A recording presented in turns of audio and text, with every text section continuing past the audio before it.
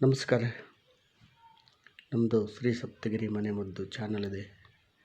ಅದರ ಮುಖಾಂತರ ಅನೇಕ ರೀತಿಯ ಎಪಿಸೋಡನ್ನು ಕೊಡ್ತಾಯಿದ್ದೀವಿ. ಪ್ರತಿಯೊಂದು ಹಣ್ಣುಗಳು, ತರಕಾರಿಗಳು ಅದರದೇ ಆದ ಗುಣಧರ್ಮಗಳನ್ನಿರ್ತವೆ. ಕೆಲವೊಂದರಲ್ಲಿ ಪಲ್ಪನ್ನು ಸೇವನೆ ಮಾಡಿದಾಗ ಅದರದ್ದೇ ಬೇರೆ ಗುಣಧರ್ಮ, ಅದರ ಹೊಟ್ಟನ್ನು ಸೇವನೆ ಮಾಡಿದಾಗ ಅದರದ್ದೇ ಬೇರೆ ಗುಣಧರ್ಮ. ಉದಾಹರಣೆಗೆ ಬಾಳೆಹಣ್ಣು ಒಳಗಡೆ ಅನ್ನ ಸೇವನೆ ಮಾಡಿದಾಗ ವಿಟಮಿನ್ ಕೆ ಜಾಸ್ತಿ ಇರ್ತದೆ. ಅದೇ ಸಿಪ್ಪೆಯನ್ನು ಸೇವನೆ ಮಾಡಿದಾಗ ಮಲಬದ್ಧತೆ ನಿವಾರಣೆ ಮಾಡ್ತದೆ.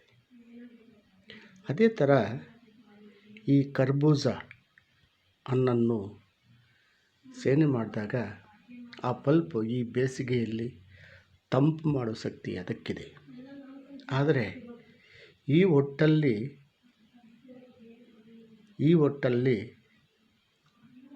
ಬೇರೆ ಗುಣಧರ್ಮ ಇದೆ. ಇದರಲ್ಲಿ ಅತಿ ಹೆಚ್ಚು ಉಷ್ಣತೆಯನ್ನು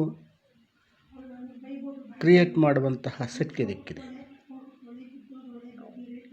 ಇದಕ್ಕೆ ಶಕ್ತಿ ಇದೆ.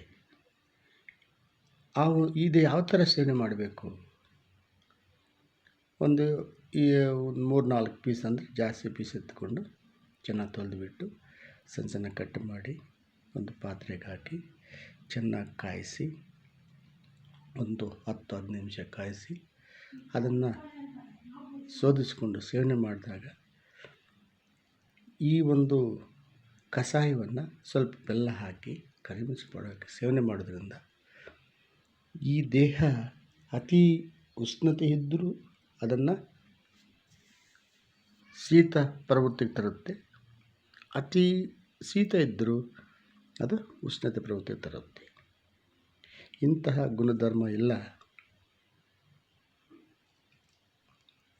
ಗುಣಧರ್ಮವುಳ್ಳ ಈ ಒಂದು ಸಿಪ್ಪೆಯನ್ನು ನಾವು ಯಾವುದೇ ಕಾರಣಕ್ಕೆ ಬಿಸಾಕಬಾರ್ದು.